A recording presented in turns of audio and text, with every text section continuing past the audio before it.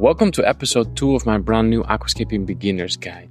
In this mini-series I'm starting completely from scratch so I can show you everything you need to know about aquascaping from start to finish. I'll be setting up 2 tanks, one low-tech and one high-tech, so there's something for everybody. I'll show you what equipment you need, how to create nice hardscapes and select the right plants, how to deal with algae and just general maintenance. If you want to start aquascaping or just get better at it, then this one's for you.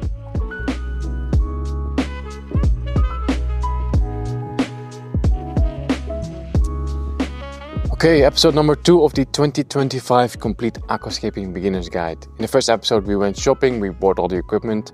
Today we're going to set up all the equipment. So we're going to set up the tanks. I'll show you how to apply a background to the tank. I'm going to show you how to install a filter and how to set up a CO2 system. Okay, so just a quick overview of everything that we bought. We bought 2 Dennerle 55 liter nano tanks. One is regular float glass and one is white glass. Remember, we're setting up 2 tanks. One is going to be low tech, low budget. The other one is going to be high tech and high budget. Then for filtration, for the low budget tank, we bought a very simple internal filter. This is the Superfish Aquaflow 200. For the high tech tank, we have an Oase Filtosmart 100 Thermo. So this one already has a heater built in. For the low budget tank, we just bought an internal heater basically. Then lights, we have a Twinstar E Series 4 for the high budget tank and a Chihiros B Series for the low budget tank. And lastly, of course, CO2 for our high budget tank. So we have a 500 grams CO2 cylinder. We have a CO2 regulator, CO2 diffuser, and I have some tubing here as well. Okay, so let's focus on the tanks first. So let's just quickly get everything else out of the way.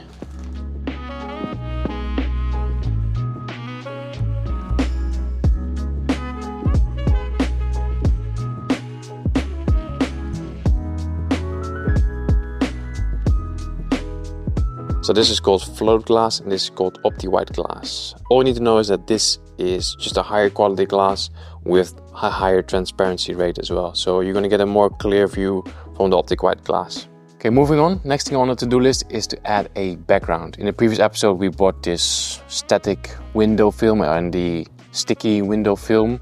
This is completely optional, but I like to do it on every tank because I just think it looks very nice and clean, you know. You're going to have some electrical cords and some filter tubing behind the tank. We don't really want to see that in our aquascape, so a nice little background. So I'm going to use the cheaper sticky window film on the low budget tank and the little bit more expensive static one on the high budget tank.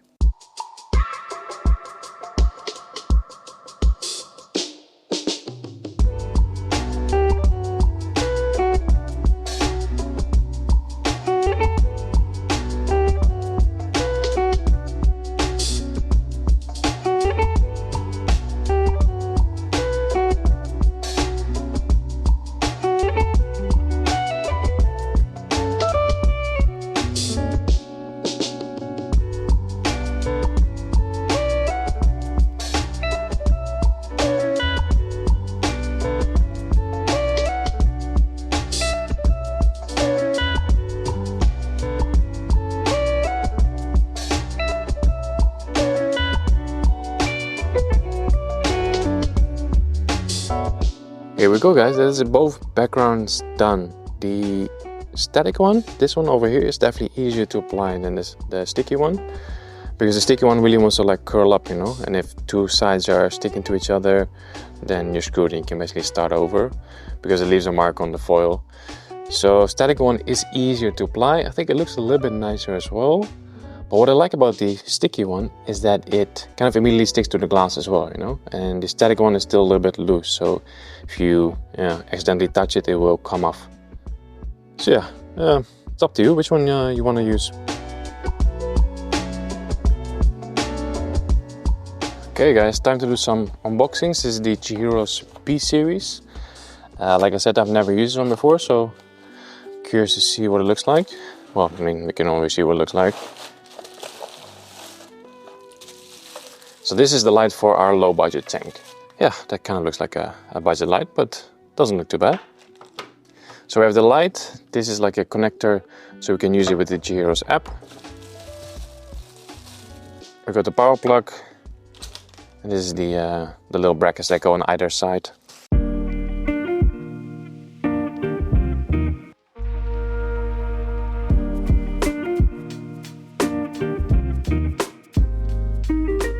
Okay, here we we go, light is all set up. So that's the first light for our low budget tank. Now why did I choose this one? First of all, it is quite affordable. It's not the cheapest light out there, but you know, we're still going for an aquascape here. We want to be able to grow some decent plants in here. And I mean, was it 70 euros? I think it was 70 euros. What 70 euro light is app controlled, will allow you to make sunrise, sunset. And yeah, I think it looks pretty good as well. And it definitely seems very bright. So we'll be able to grow most plants with this light.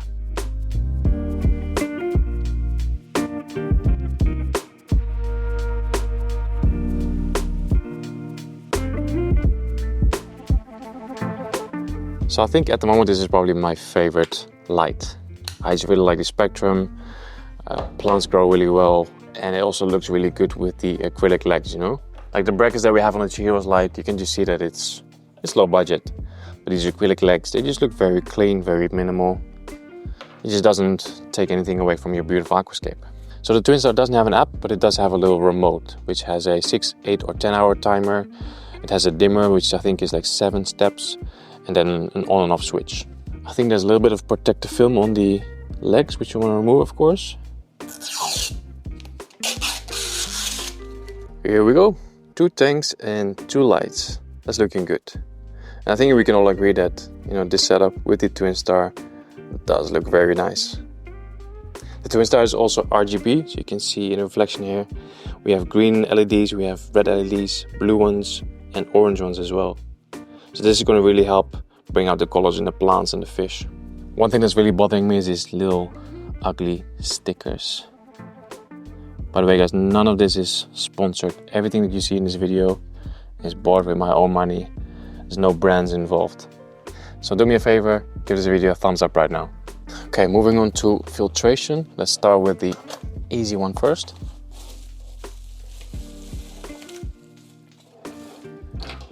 Yeah, that's it. That's our internal filter.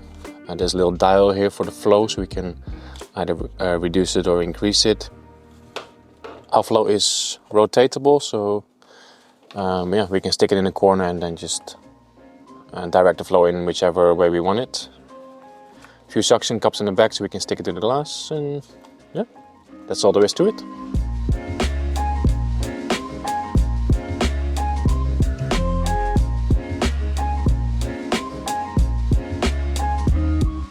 Moving on to our external filter.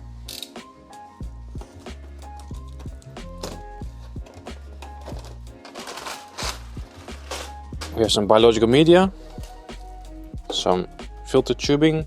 Here's a spray bar, and this is like an intake extension, I think. Got the manual, a whole bunch of accessories, and then the filter itself.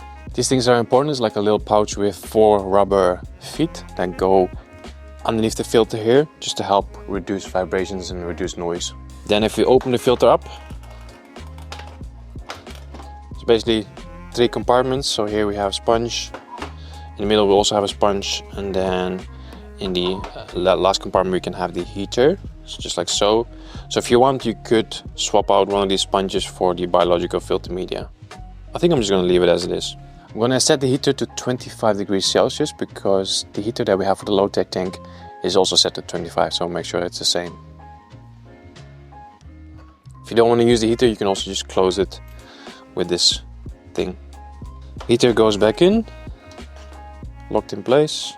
Now the next thing I'm going to show you is completely optional, but I think it's totally worth it.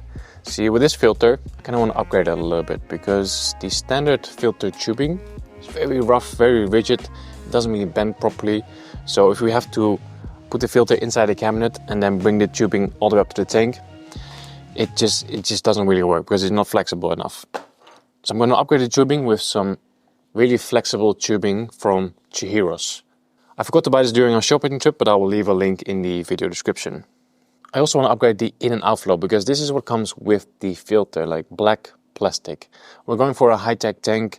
I want it to look nice, so I'm going to upgrade the in and out flow with glass lily pipes. So here we have a glass outflow and here we have a glass inflow with the skimmer portion. Again, I forgot to buy this during our shopping trip, but I'll leave a link in the video description. This is a really good set. I highly recommend this one.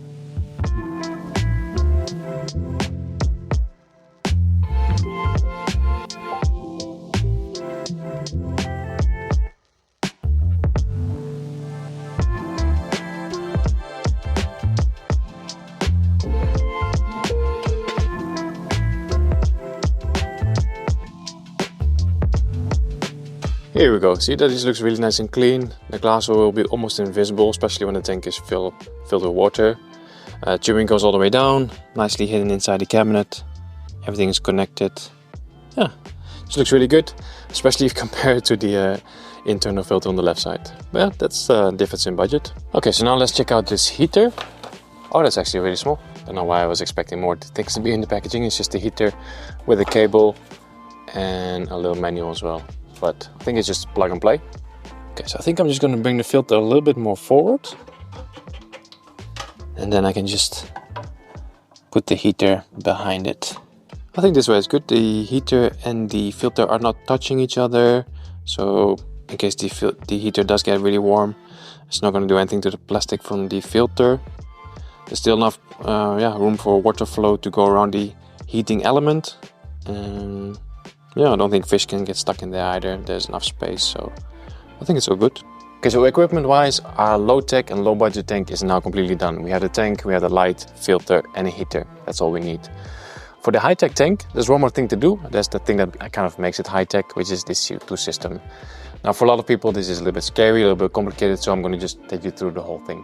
So in the previous episode I kind of ordered this complete set. So it comes with a CO2 cylinder, it comes with the CO2 regulator, the solenoid valves. This way we can kind of shut it off at night and only run CO2 during the day. It's very important. We have a CO2 diffuser and all that tubing that we need as well. There's one thing that I forgot, and that is a foot, because these 500 gram cylinders, they can't really like stand upright. And I'm not entirely sure, but I think CO2 cylinders always need to stand up straight. So luckily I still had one, so we can just put our CO2 cylinder in here like so. So then we're just going to start by removing the seal. This is not going to do anything, it's just this just tells you that this is a completely new bottle. That's all it is. Then the first thing we need to do is we need to attach our regulator. We just need to make sure that the connection of the cylinder is exactly the same as the connection on the regulator. And always check if there's a little seal on the regulator. So you can see this white rubber ring that just prevents the CO2 from leaking out of between the connection. So we'll just hold it against it and then we'll just tighten this. It doesn't have to be super tight, but I always like to use a wrench to make sure it's just tight enough. So now we can actually open the cylinder, so pay attention to the gauges. Here we go. So now we have pressure inside the regulator. We're just gonna leave it like that for now. We'll first do all the tubing and stuff. Okay, so we have two types of tubing. We have black silicone tubing, which is very, very hard, very strong, doesn't really bend properly. And then we also have a very soft see-through silicone tubing. For the first part, from the regulator to the solenoid valve, we're going to use this. And then from the solenoid valve to the diffuser, we're going to use the silicone tubing, the see-through one. So we'll just unscrew that. We attach this little nut to our tubing. And then we just attach it to the regulator. Need to use a little bit of force here to make sure it's on properly. That's good. Tighten this. So now we have one end attached to the regulator. The other end we're going to attach to our solenoid valve. On the solenoid valve you will see a little arrow, and that just indicates the direction of the airflow. So we're going to start here, and our clear silicone tube is going to go here, and then from there we're going to go to the CO2 diffuser. Here we go, there's our solenoid valve attached as well. Right now it still looks a mess, but we're going to clean up all the wires later. So the solenoid valve is just an electrical valve, and this will allow us to shut off the CO2 at night, so we can only run CO2 during the day when the plants actually need it. I'm just going to move this whole set inside the cabinet now, and then we can do the last parts. Okay, so I've brought in one end of the silicone tubing through the hole in the back of the cabinet. Here's the other end of the tubing. This side we're going to connect to the solenoid valve. Here we go, so that's all done. So CO2 regulator, black tubing, solenoid valve, clear silicone tubing. And then from here we can just attach our CO2 diffuser, like so. And then we place this inside the aquarium. I'm not sure where the position is going to be, but for now I'm just going to stick it to the glass here. There is one more thing we need to do. We need to attach this little check valve. Basically we want to make sure that no water can flow from the diffuser back into the regulator. So a little check valve is just a sort of like a safety measure. Now I like to attach this one as close to the CO2 diffuser as possible. So I think I'm going to make a cut here.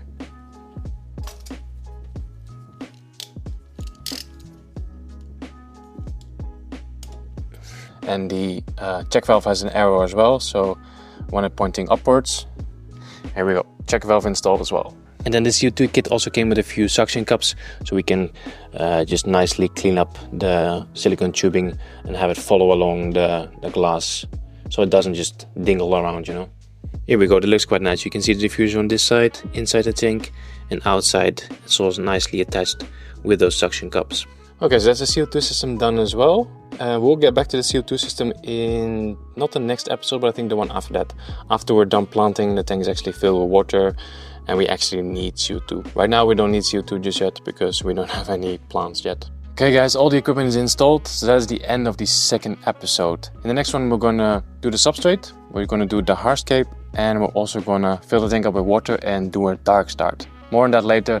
For now this is it. Thanks for watching. See you in the next one.